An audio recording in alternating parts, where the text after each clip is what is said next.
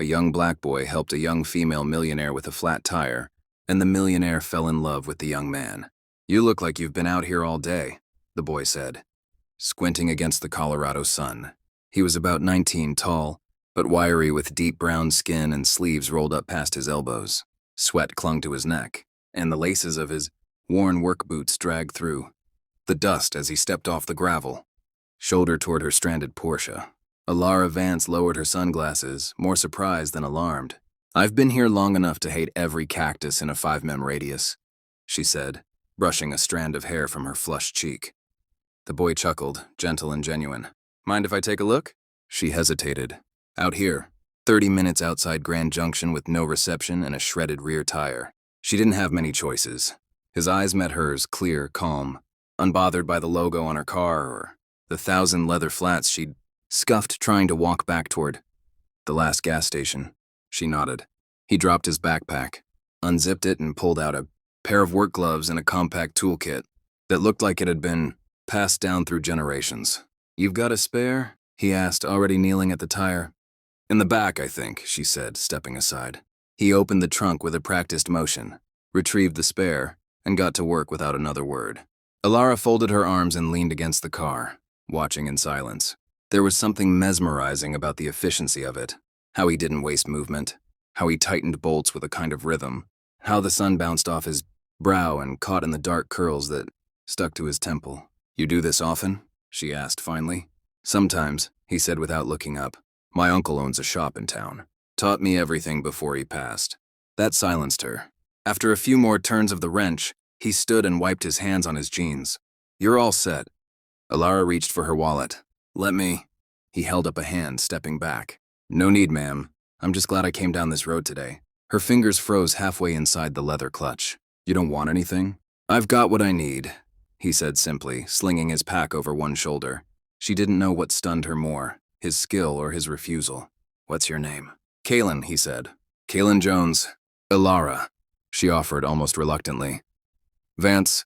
He nodded once, smiled, and started walking up the hill, the late sun stretching his shadow long across the cracked asphalt. That night, Alara sat on the balcony of her family's second home, a modern ranch perched over the Colorado River with a glass of wine, going warm in her hand, and her phone buzzing uselessly next to her. She didn't check the texts. Not her publicist, not her ex, not the board members who'd turned their backs on her 3 weeks earlier. Her thoughts inexplicably kept returning to that boy. The calluses on his hands, the quiet in his voice, the way he'd walked away. She had everything, or at least she had until 3 weeks ago, when her own company voted to remove her from the CEO seat her father had built for her. They called it a graceful transition. She called it betrayal. But none of them, not her investors, not the tech blogs, knew what grace really looked like. Kalen had shown her that.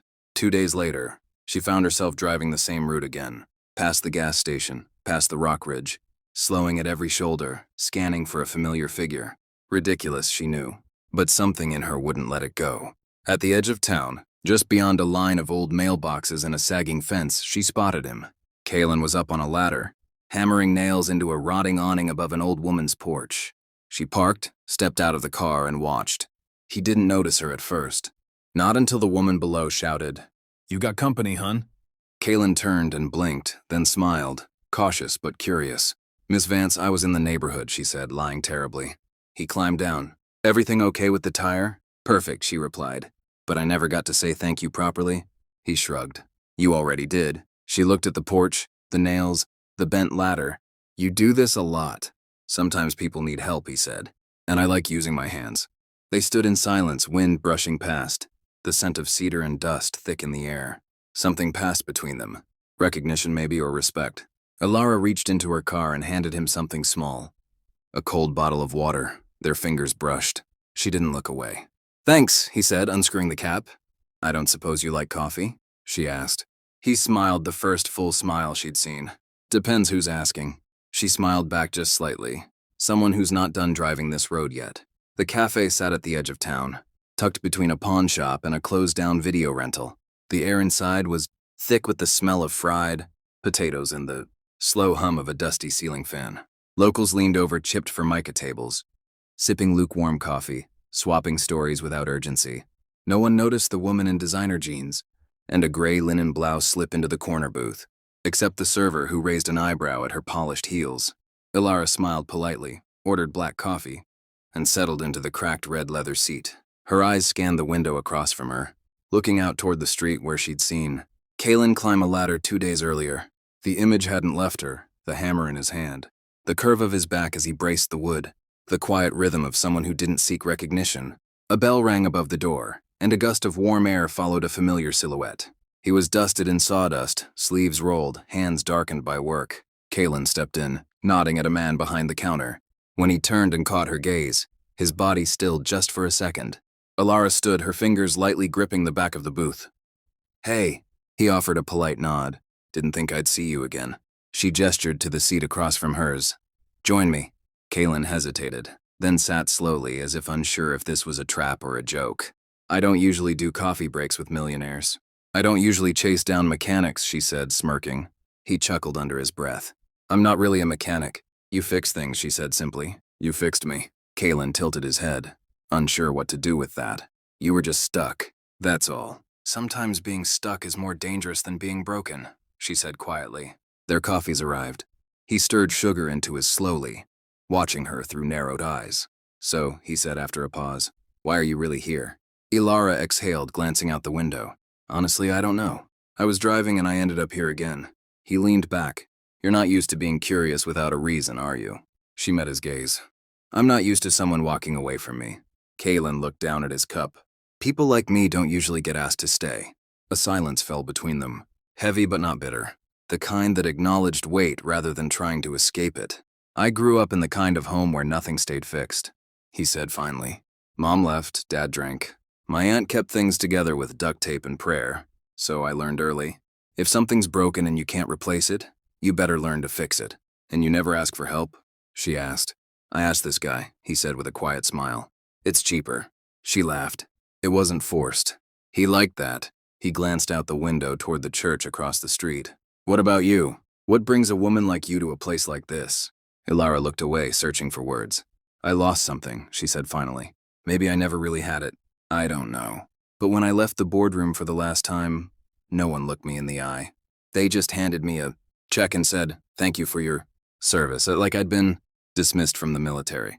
Kalen's fingers drummed once on the table. "Sometimes the exit is the best part of the building." She smiled at that. "You're good with words." "I build fences for a living."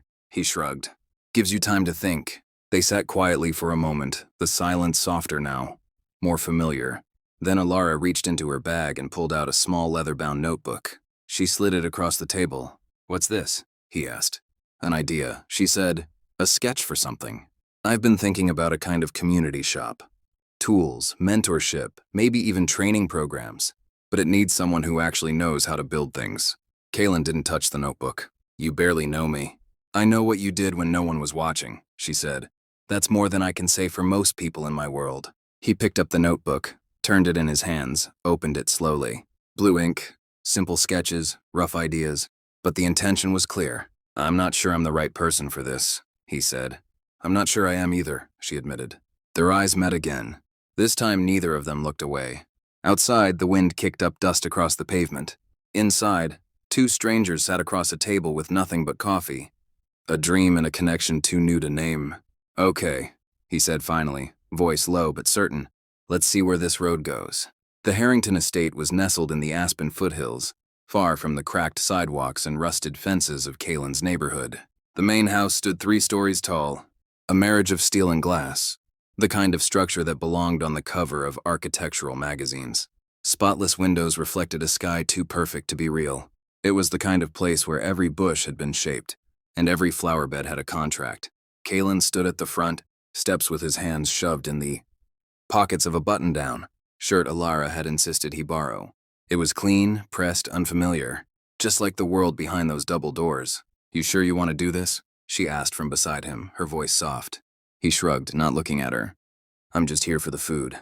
She laughed gently, reached for the brass handle and pushed the door open. Inside, warm light spilled from chandeliers and laughter echoed off marble floors. Dozens of guests dressed in tailored jackets and sequined dresses mingled around a piano and clinked glasses, filled with expensive wine. A jazz trio played softly in the background. Heads turned as they entered. Alara's arm touched his as they walked. They're just people, she whispered. No, he replied, eyes scanning the room. They're your people. A man in his 50s approached with a practiced smile. Alara, finally, we thought you weren't coming. His eyes flicked briefly toward Kaylin, then back to her. And you brought a guest. This is Kaylin Jones, she said firmly. He's helping me with a new project. The man didn't offer his hand. Charmed, he said flatly before turning back to his glass. The warmth in the room felt thinner now. Kaylin stepped to the side, letting Alara float into conversations with the ease of someone born into the world of highball, glasses, and casual dominance. He drifted toward the edge of the room, pausing by a long table lined with hors d'oeuvres he couldn't pronounce. He reached for a toothpick, skewering something that looked like meat, then hesitated and took a cracker instead. You're not from around here, are you? A voice sneered. He turned.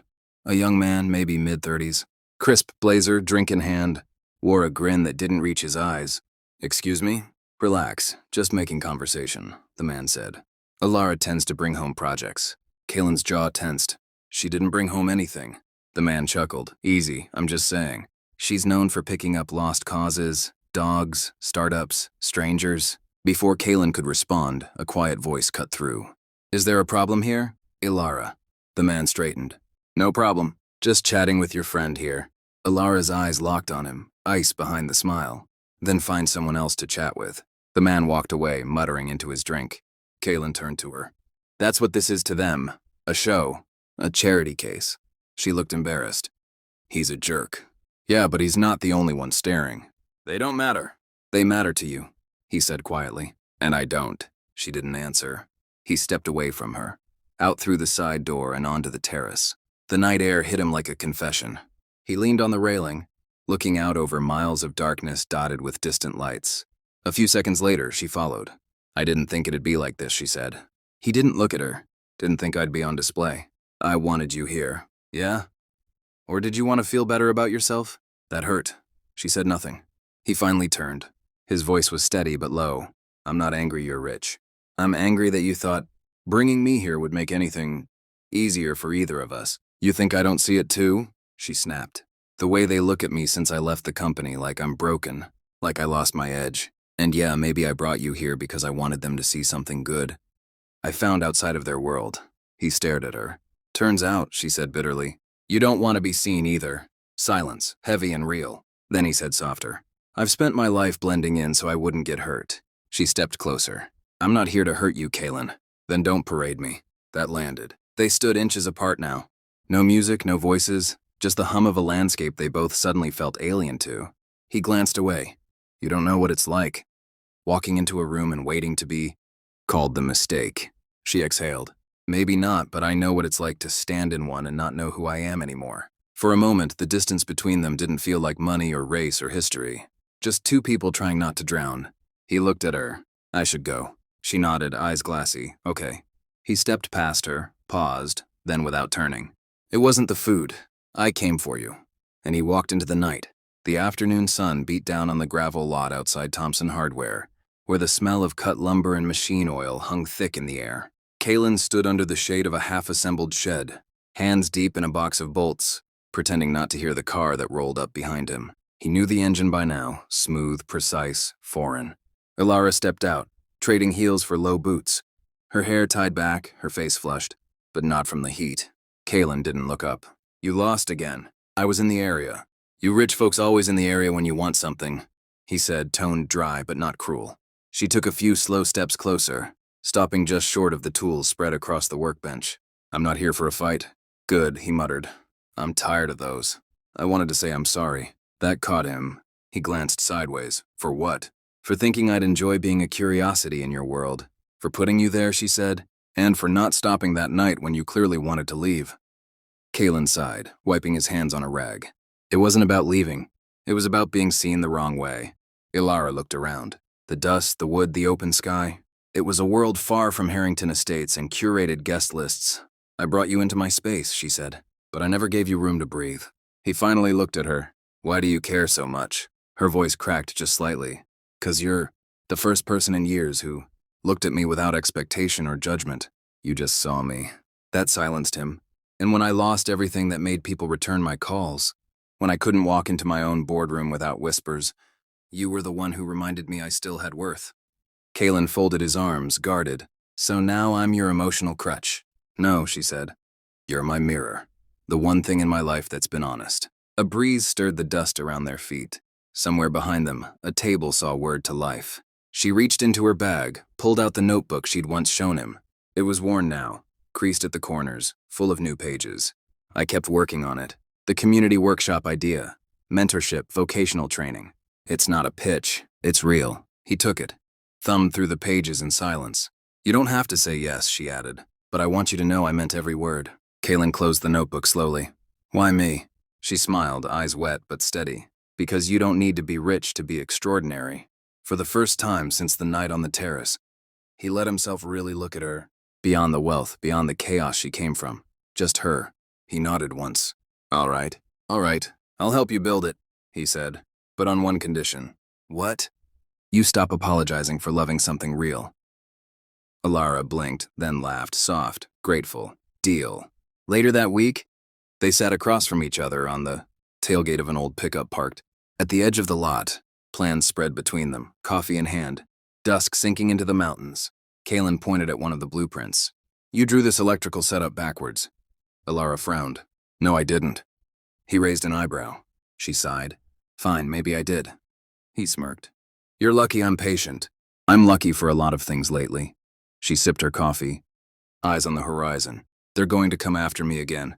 You know, the board, the press. They think this is a vanity project. It's not. They'll say I'm throwing money at a boy I barely know. Kalen shrugged, then let them say it. She looked at him. You're not afraid. I've been underestimated my whole life. It doesn't scare me anymore, but it does fuel me. Silence again. But this time it wasn't tense. It was sturdy like something building. Then he added almost casually, You're not the only one who lost something. She turned toward him. I lost faith a long time ago. He said in people in fairness, in second chances, but you showing up every time. That started something. Her voice softened. What did it start? He looked at her. Really looked at her. Hope. The Denver Civic Convention Center shimmered under the late spring sun, its glass panels gleaming like armor. Inside, rows of seats filled with tech investors, media personalities, and startup darlings buzzed with anticipation. A massive LED screen behind the stage, pulsed with logos from sponsors and a scrolling agenda of the afternoon's panel speakers. Alara stood in the wings, microphone clipped, palms damp. You don't have to do this, her assistant whispered. Yes, I do, she said, voice firm. They need to see it, all of it. She adjusted her blazer, matte black, sharply cut, and stepped forward as her name was announced to polite applause. Please welcome Alara Vance, founder of Elevate Tech and former CEO of Carrington Green. Kalen watched from the back row, his posture rigid beneath a borrowed blazer. His work boots didn't match the suits around him, but he didn't care. He was here because she'd asked him to be. No, because he wanted to be. He knew what today meant. He knew the vultures were waiting. Alara approached the podium slowly. Lights blinded her momentarily, but she didn't flinch. She looked across the sea of faces, then down at her notes. She didn't read them. I'm not here to talk about market projections, she began, or IPOs or exit strategies. A murmur of confusion rippled across the audience. I'm here to talk about what happens when we lose sight of people in pursuit of profit, when we trade integrity for influence, when we silence the voices that don't wear suits. Now the murmurs is turned sharp.